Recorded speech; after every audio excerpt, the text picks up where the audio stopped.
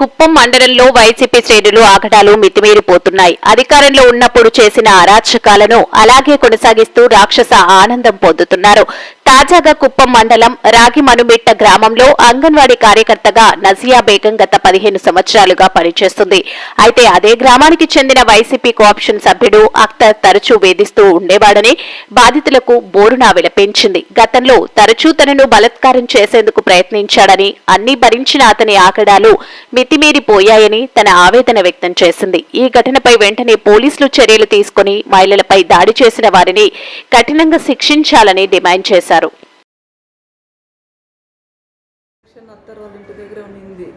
మాకు నీళ్ళు రాదనేసి వాళ్ళు కట్టేసినాము. ఆ వాళ్ళు కట్టి ఎందుకు వేసినారు అనేసి ఆయన వాళ్ళ భార్య అత్తరు తమ్ముడు ముగ్గురు వచ్చి మా మీద దౌర్జన్యం చేసి మాకు కొట్టినారు సార్. అట్లాంటివి ఏం లేదు సార్.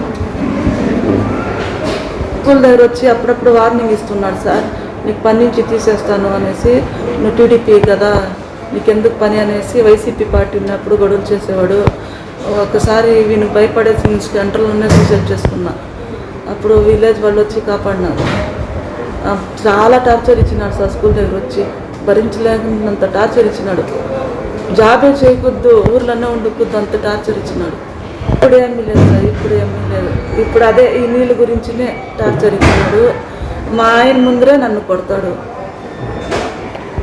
మా ఆయన లేకుంటే ఈరోజు చంపేసేవాడు సార్. నన్ను కత్తి ఇంత కత్తి ఎత్తుకొచ్చి నరికేస్తామనేసి వచ్చినారు. మా ఆయన లేకుండా ఈరోజు ఇంత పాటికి చనిపోయింది సార్. దాంట్లో మధ్యలో మా ఆయన పంపించింది కదా, అందుకు మా ఆయన మీద నా మీద టార్గెట్ ఉంది. నేను పంపిస్తే నేను మంచిది, నేను మా ఆయన పంపించదు కదా, అందుకు స్పందించి తీసేసి గట్టి లేకుండా చేసేస్తాను అనేసి వార్నింగ్ చేస్తున్నారు. వాళ్ళంతా ఒకటి, మా ఆయన సపరేట్ సార్. వదులు ఏం చేసిందంటే వాళ్ళందరూ ఒకటే. చిన్న చిన్న గొడవలు అయితే కూడా వాళ్ళ అన్నదమ్ములు అందరూ ఒకటి అయిపోతారు సార్. మా ఆయన మాత్రం దాంట్లో చేర్పించదు కదా, అందుకు మమ్మల్ని టార్గెట్ పెడతారు.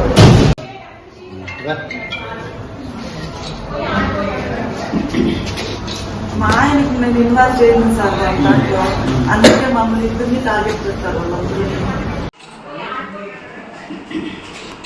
మా ఆయనకి మేము ఇన్వాల్వ్ చేయను సార్ దాంట్లో, అందుకే మమ్మల్ని ఇద్దరిని టార్గెట్ చేస్తారు వాళ్ళందరూ.